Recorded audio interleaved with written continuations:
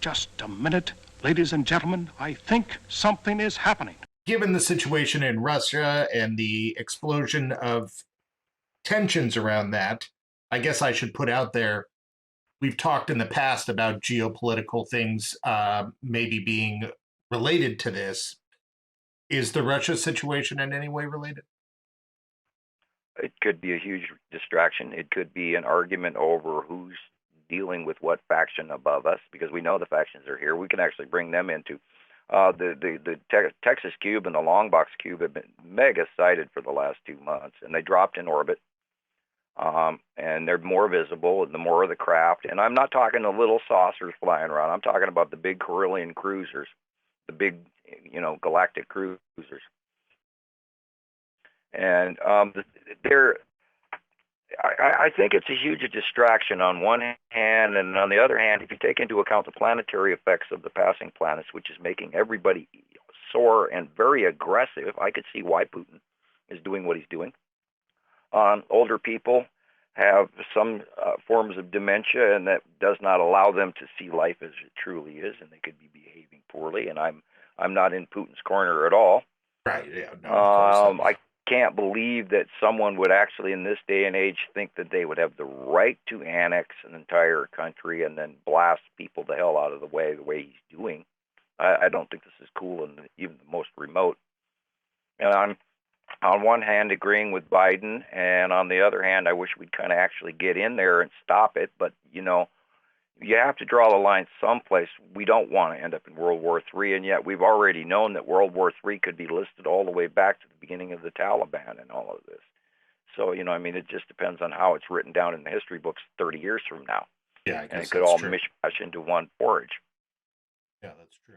So we the whole region, and when Trump let Russia take Afghanistan, or not Afghanistan, but the upper Syria area, and all of the, there's a huge refugee crisis going on there with millions of people that they completely stopped talking about. So, and that's still going on too, with the Kurds and all of this, and the Sunni and all this religious war that's going on. So I don't think it's cool in the slightest that this is going on.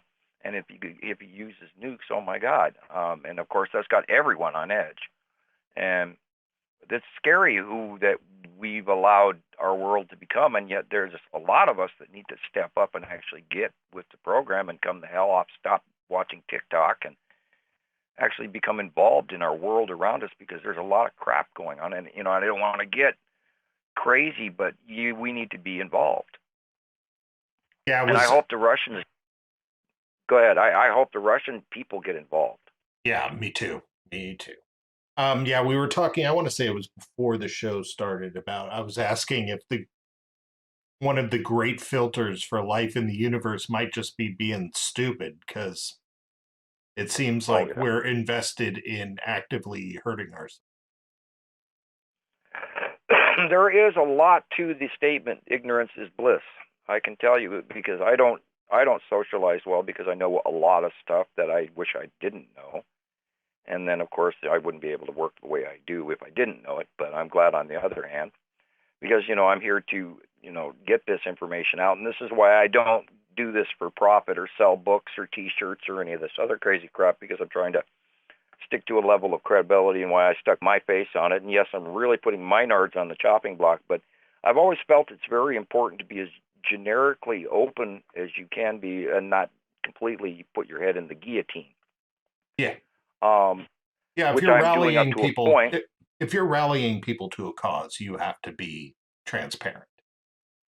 And I have no animosity toward any government, including my own, and therefore I'm not pulling any dissident behavior. I'm just trying to inform scientifically, and we really have to. And I've said this 1,000 times. We have to get on board with this, because we've taken the time to prove this in over a 10-year doctorate. And you could start calling me, Dr. Nibiru, or that crazy Nibiru guy. One of the, but and I've Dr. gone Nibiru has a good ring.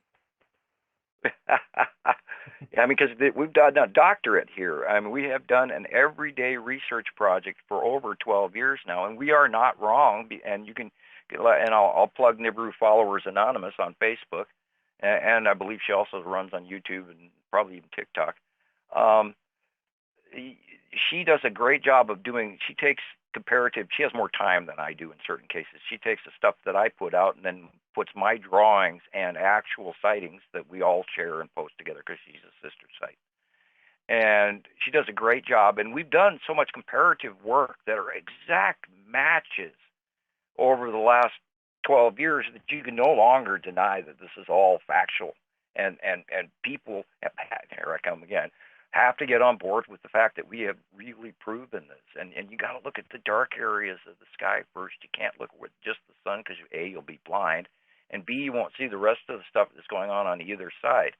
And if you look, you know, you're going to see these little smaller things. And if you look at the dark areas in the sky above you, and it's tumultuous in hell, and you stare at it long enough, you're going to see asteroids by the dozens climbing over the top of you. And then when you start to wonder why all of a sudden there's a windstorm from hell, you connect the two of those. We had storm wind in Montana last night you wouldn't believe, and it was not in the forecast. And so, you know, here we go on the 180 day, because it comes out of the blue. And all of a sudden, you've got a storm from hell, and I've had my roof ripped up over this. And I watched it go by. It's the coolest storm I've ever seen in my entire life, and that was way back in like 2015, 16, when it was still tiny. And now they're huge. So here we go again, you know. And I just try to keep warning everybody. You know, you've got to prepare for this stuff. And we've talked about, you know, learning how to live with, you know, without electricity or your cell phone, because I mean, there may, you know, you don't have water, you can't go anywhere. Look what gas costs right now. I mean, you know. Yeah, frankly, that's what's scaring me the most about this world is